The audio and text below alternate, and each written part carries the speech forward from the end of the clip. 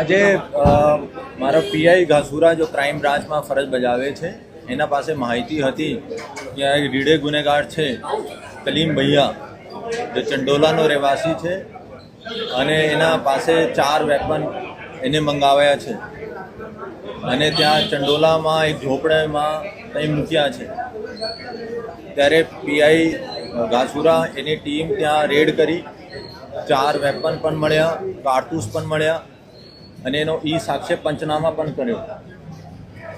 એના પછી હું આ વિસ્તારથી જ આવતો હતો તો સ્થળ પર પહોંચ્યો અને સ્વાભાવિક છે કે હું એનું ઇન્ટેરોગેશન જ્યારે કરતા હતા ત્યારે એને બાજુમાં જો રસોડામાં ચક્કુ વાપરે છે એવા પડ્યા હતા. એને મારા ઉપર અટેક કર્યો.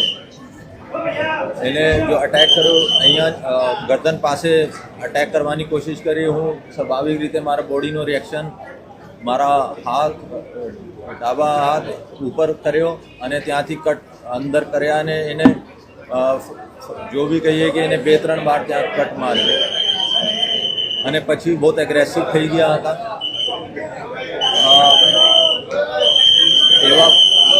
એવા પણ જાણવા મળ્યા છે કે એને ડ્રગ્સ પણ લીધી હતી, ડ્રગ્સની નશામાં હતા. પછી અમે એને કીધું કે તમે ચક્કુ ફેંકી દો પણ નથી માન્યો. તો ઘાસુરા પીઆઈની સર્વિસ રિવોલ્વર હું લીધી અને એને પગમાં એક ફાયરિંગ કર્યો ત્યારે આ શાંત પડ્યો. અત્યારે આ પણ સિવિલ હોસ્પિટલમાં સારવાર લઈ રહ્યા છે અને એને વિરુદ્ધમાં 2 ગુના દાખલ કરવામાં આવ્યા છે. એક વેપન 4 વેપનનો આર્મ્સ એક્ટનો કેસ છે અને બીજા 307નો ગુના દાખલ કર્યા છે અને રીડે ગુનેગાર છે. આપ જોયો તો ટોટલ 25થી વધારે એના વિરુદ્ધમાં આર્મ્સ એક્ટ, એક્સટોર્શન વગેરેના ગુના છે. અને